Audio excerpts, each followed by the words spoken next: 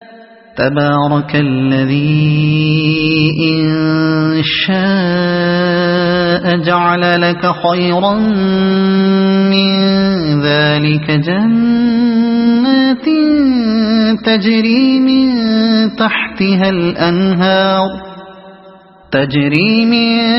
تحتها الأنهار ويجعل لك قصورا. بڑا بابرکت ہے وہ جو اگر چاہے تو ان کی تجویز کردہ چیزوں سے بھی زیادہ بڑھ چڑھ کر تم کو دے سکتا ہے. ایک نہیں بہت سے باغ جن کے نیچے نہریں بہتی ہوں اور بڑے بڑے محل. بڑا بابرکت ہے وہ. یہاں پھر وہی تبارک کا لفظ استعمال ہوا ہے اور بات کا مضمون بتا رہا ہے کہ اس جگہ اس کے معنی ہیں بڑے وسیع ذرائع کا مالک ہے، غیر محدود قدرت رکھنے والا ہے، اس سے بالاتر ہے کہ کسی کے حق میں کوئی بھلائی کرنا چاہے اور نہ کر سکے. بل كذبوا بالساعة وأعتدنا لمن كذب بالساعة سعيرا. إذا رأتهم من مكان بعيد سمعوا لها تغيظا وزفيرا. وَإِذَا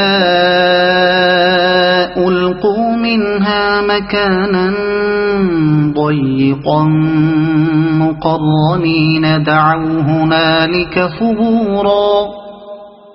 لَا تَدْعُوا الْيَوْمَ ثُبُورًا وَاحِدًا وَادْعُوا ثُبُورًا كَثِيرًا. اصل بات یہ ہے کہ یہ لوگ اس گھڑی کو چھٹلا چکے ہیں، اور جو اس گھڑی کو چھٹلائے اس کے لیے ہم نے بھڑکتی ہوئی آگ مہیا کر رکھی ہے. وہ جب دور سے ان کو دیکھے گی تو یہ اس کے غضب اور جوش کی آوازیں سن لیں گے، اور جب یہ دست و پا بستہ اس میں ایک تنگ جگہ ٹھوسے جائیں گے تو اپنی موت کو پکارنے لگیں گے. اس وقت ان سے کہا جائے گا کہ آج ایک موت کو نہیں بہت سی موتوں کو پکارو. اس گھڑی کو اصل میں لفظ الساعہ استعمال ہوا ہے. ساعت کے معنی گھڑی اور وقت کے ہیں، اور اس پر عہد کا ہے، یعنی وہ مخصوص گھڑی جو آنے والی ہے، جس کے متعلق ہم پہلے تم کو خبر دے چکے ہیں. قرآن مجید میں جگہ جگہ یہ لفظ ایک اصطلاح کے طور پر اس وقت خاص کے لیے بولا گیا ہے جبکہ قیامت قائم ہوگی. تمام اولین و آخرین اثر نو زندہ کر کے اٹھائے جائیں گے، سب کو اکٹھا کر کے اللہ تعالیٰ حساب لے گا اور ہر ایک کو اس کے عقیدہ و عمل کے لحاظ سے جزا یا سزا دے گا. جھٹلا چکے ہیں، یعنی جو باتیں یہ کہہ رہے ہیں ان کی وجہ یہ نہیں ہے کہ ان کو واقعی کسی قابل لحاظ بنیاد پر قرآن کے جعلی کلام ہونے کا شبہ ہے، یا ان کو در حقیقت یہ گمان ہے کہ جن آزاد کردہ غلاموں کا یہ نام لیتے ہیں وہی تم کو سکھاتے پڑھاتے ہیں، یا انہیں تمہاری رسالت پر ایمان لانے سے بس اس چیز نے روک رکھا ہے کہ تم کھانا کھاتے اور بازاروں میں چلتے پھرتے ہو، یا وہ تمہاری تعلیم حق کو مان لینے کے لیے تیار تھے مگر صرف اس لیے رک گئے کہ نہ کوئی فرشتہ تمہاری گردلی میں تھا اور نہ تمہارے لیے کوئی خزانہ اتارا گیا تھا. اصل وجہ ان میں سے کوئی بھی نہیں ہے بلکہ آخرت کا انکار ہے جس نے ان کو حق اور باطل کے معاملے میں بالکل غیر سنجیدہ بنا دیا ہے. اسی کا نتیجہ ہے کہ وہ سرے سے کسی غور و فکر اور تحقیق و جستجو کی ضرورت ہی محسوس نہیں کرتے اور تمہاری معقول دعوت کو رد کرنے کے لیے ایسی مضحکہ انگیز حجتیں پیش کرنے لگتے ہیں. ان کے ذہن اس تخیل سے خالی ہیں کہ زندگی کے بعد کوئی اور زندگی بھی ہے جس میں انہیں خدا کے سامنے جا کر اپنے اعمال کا حساب دینا ہوگا. وہ سمجھتے ہیں کہ اس 4 دن کی زندگی کے بعد مر کر سب کو مٹی ہو جانا ہے. بت پرست بھی مٹی ہو جائے گا اور خدا پرست بھی اور منکر خدا بھی. نتیجہ کسی چیز کا بھی کچھ نہیں نکلنا ہے. پھر کیا فرق پڑ جاتا ہے مشرک ہو کر مرنے اور موحد یا ملحد ہو کر مرنے میں؟ صحیح اور غلط کے امتیاز کی اگر ان کے نزدیک کوئی ضرورت ہے تو اس دنیا کی کامیابی اور ناکامی کے لحاظ سے ہے، اور یہاں وہ دیکھتے ہیں کہ کسی عقیدے یا اخلاقی اصول کا بھی کوئی متعین نتیجہ نہیں ہے جو پوری یکسانی کے ساتھ ہر شخص اور ہر رویے کے معاملے میں نکلتا ہو. دہریے، آتش پرست، عیسائی، موسائی، ستارہ پرست، بت پرست، سب اچھے اور برے دونوں ہی طرح کے حالات سے دوچار ہوتے ہیں. کوئی ایک عقیدہ نہیں جس کے متعلق تجربہ بتاتا ہو کہ اسے اختیار کرنے والا یا رد کر دینے والا اس دنیا میں لازماً خوشحال یا لازماً بدحال رہتا ہو. بدکار اور نیکوکار بھی یہاں ہمیشہ اپنے اعمال کا ایک ہی مقرر نتیجہ نہیں دیکھتے. ایک بدکار مزے کر رہا ہے اور دوسرا سزا پا رہا ہے. ایک نیکوکار مصیبت جھیل رہا ہے تو دوسرا معزز و محترم بنا ہوا ہے. لہذا دنیاوی نتائج کے اعتبار سے کسی مخصوص اخلاقی رویے کے متعلق بھی منکرین آخرت اس بات پر مطمئن نہیں ہو سکتے کہ وہ خیر ہے یا شر ہے۔ اس صورتحال میں جب کوئی شخص ان کو ایک عقیدے اور ایک اخلاقی ضابطے کی طرف دعوت دیتا ہے تو خواہ وہ کیسے ہی سنجیدہ اور معقول دلائل کے ساتھ اپنی دعوت پیش کرے، ایک منکر آخرت کبھی سنجیدگی کے ساتھ اس پر غور نہیں کرے گا، بلکہ طفلانہ اعتراضات کر کے اسے ٹال دے گا۔ دور سے ان کو دیکھے گی۔ آگ کا کسی کو دیکھنا ممکن ہے کہ استعارے کے طور پر ہو، جیسے ہم کہتے ہیں وہ جامع مسجد کی مینار تم کو دیکھ رہے ہیں، اور ممکن ہے حقیقی معنی میں ہو، یعنی جہنم کی آگ دنیا کی آگ کی طرح بے شعور نہ ہو بلکہ دیکھ بھال کر جلانے والی ہو۔ قل اذلك خير ام جنة الخلد التي وعد المتقون كانت لهم جزاء ومصيرا لهم فيها ما يشاءون خالدين كان على ربك وعدا مسئولا۔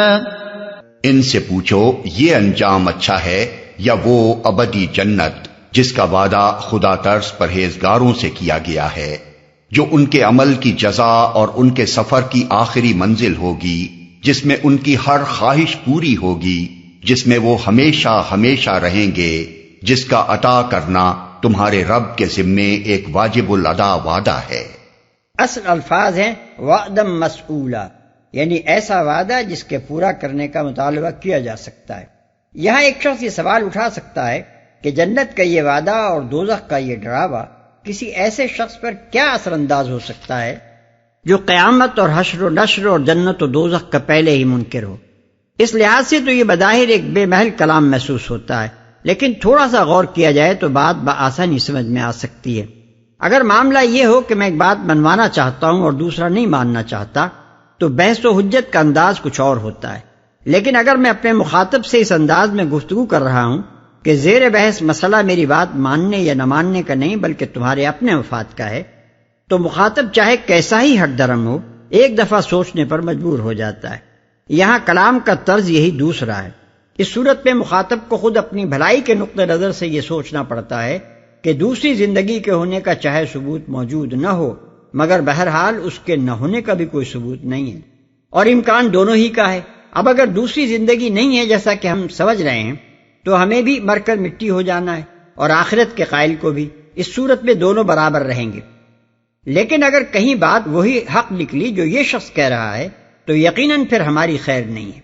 اس طرح یہ طرز کلام مخاطب کی ہٹ دھرمی میں ایک شگاف ڈال دیتا ہے، اور اس شگاف میں مزید وسعت اس وقت پیدا ہوتی ہے جب قیامت، حشر، حساب اور جنت و دوزخ کا ایسا تفصیلی نقشہ پیش کیا جانے لگتا ہے کہ جیسے کوئی وہاں کا آنکھوں دیکھا حال بیان کر رہا ہو۔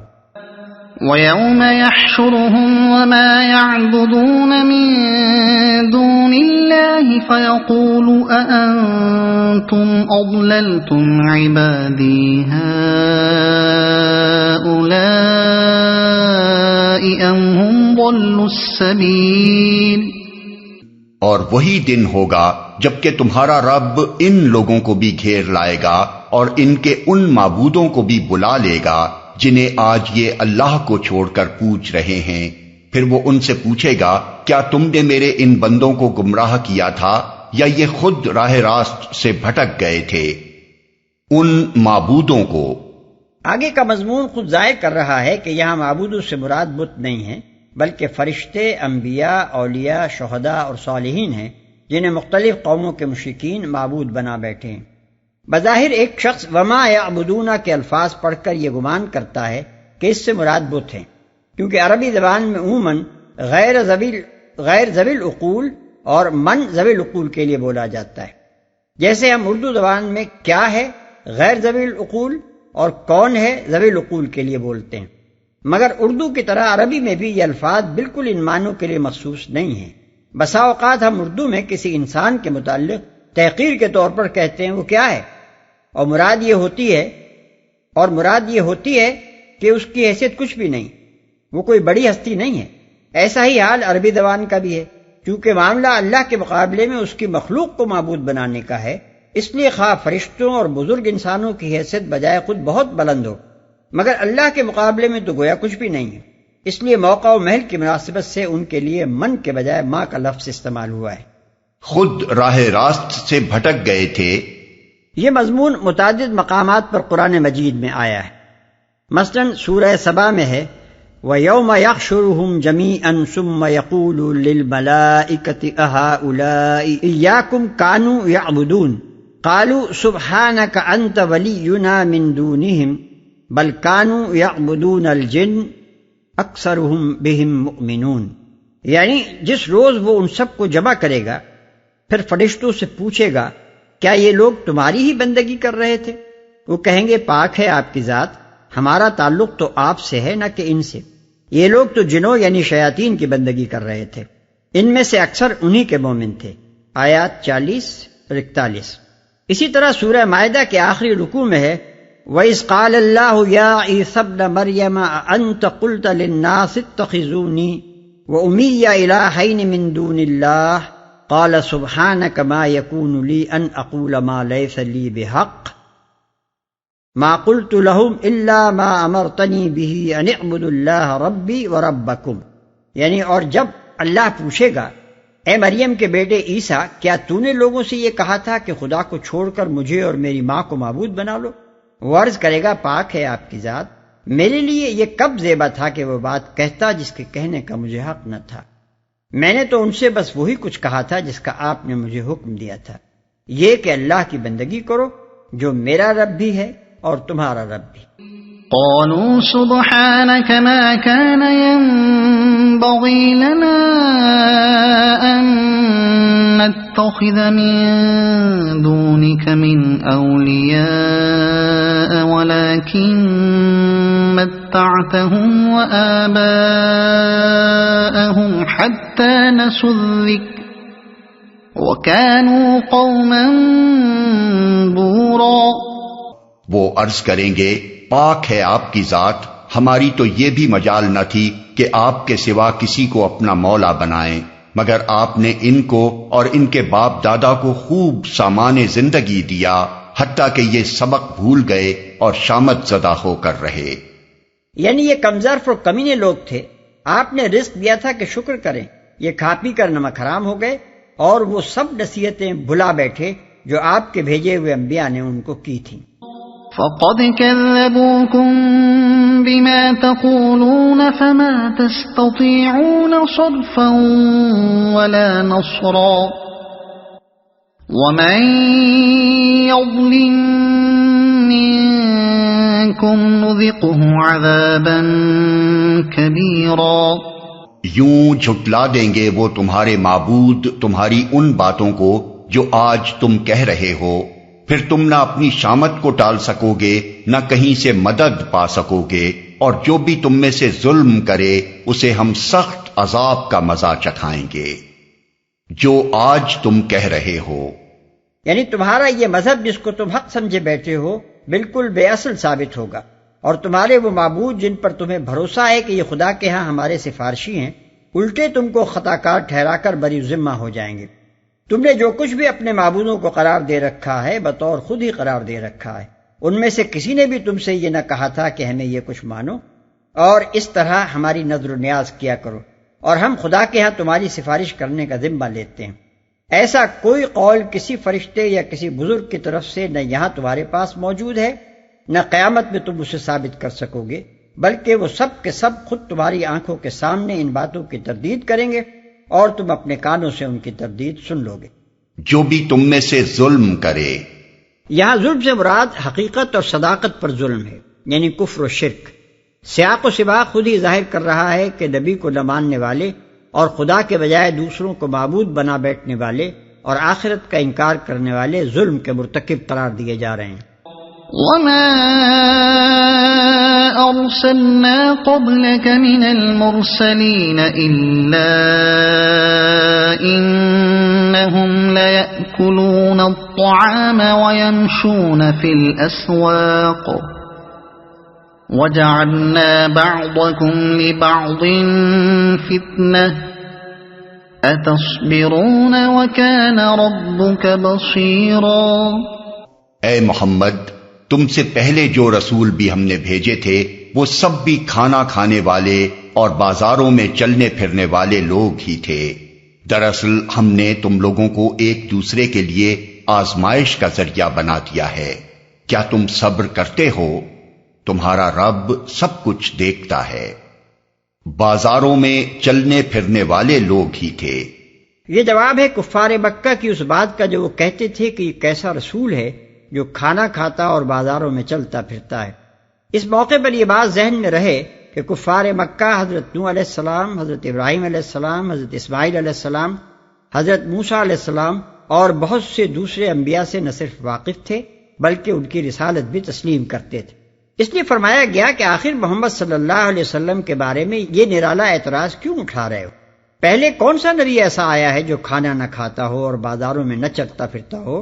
اور تو اور خود عیسیٰ ابن مریم علیہ السلام، جن کو عیسائیوں نے خدا کا بیٹا بنا رکھا ہے اور جن کا مجسمہ کفار مکہ نے بھی کعبے میں رکھ چھوڑا تھا، انجیلوں کے اپنے بیان کے مطابق کھانا بھی کھاتے تھے اور بازاروں میں چلتے پھرتے بھی تھے۔ آزمائش کا ذریعہ بنا دیا ہے، یعنی رسول اور اہل ایمان کے لیے منکرین آزمائش ہیں اور منکرین کے لیے رسول اور اہل ایمان۔ منکرین نے ظلم و ستم اور جاہلانہ عداوت کی جو بھٹی گرم کر رکھی ہے، وہی تو وہ ذریعہ ہے جس سے ثابت ہوگا کہ رسول اور اس کے صادق الایمان پیرو کھرا سونا ہے۔ کھوٹ جس میں بھی ہوگی وہ اس بھٹی سے بخیریت نہ گزر سکے گا، اور اس طرح خالص اہل ایمان کا ایک چیدہ گروہ چھٹ کر نکل آئے گا جس کے مقابلے میں پھر دنیا کی کوئی طاقت نہ ٹھہر سکے گی۔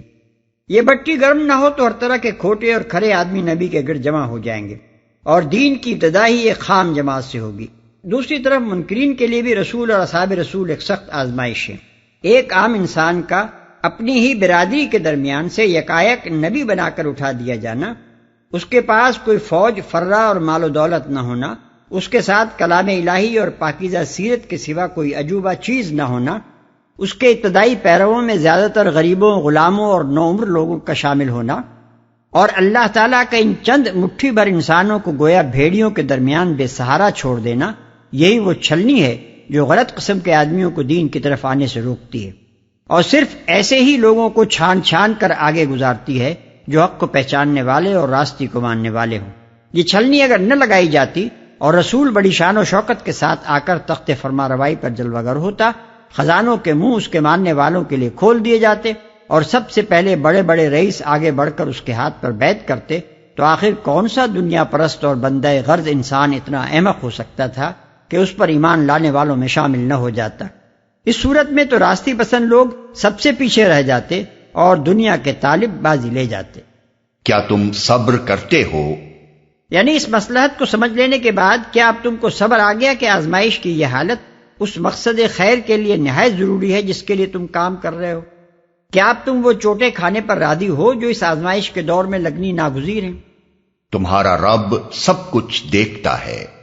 اس کے دو معنی ہیں اور غالباً دونوں ہی مراد ہیں۔ ایک یہ کہ تمہارا رب جو کچھ کر رہا ہے کچھ دیکھ کر ہی کر رہا ہے، اس کی نگری اندھیر نگری نہیں ہے۔ دوسرے یہ کہ جس خلوص اور راست بازی کے ساتھ اس کٹھن خدمت کو تم انجام دے رہے ہو وہ بھی تمہارے رب کی نگاہ میں ہے، اور تمہاری مساعی خیر کا مقابلہ جن زیادتیوں اور بے ایمانیوں سے کیا جا رہا ہے وہ بھی اس سے کچھ چھپا ہوا نہیں ہے۔ لہذا پورا اطمینان رکھو کہ نہ تم اپنی خدمات کی قدر سے محروم رہو گے اور نہ وہ اپنی زیادتیوں کے وبال سے بچے رہ جائیں گے۔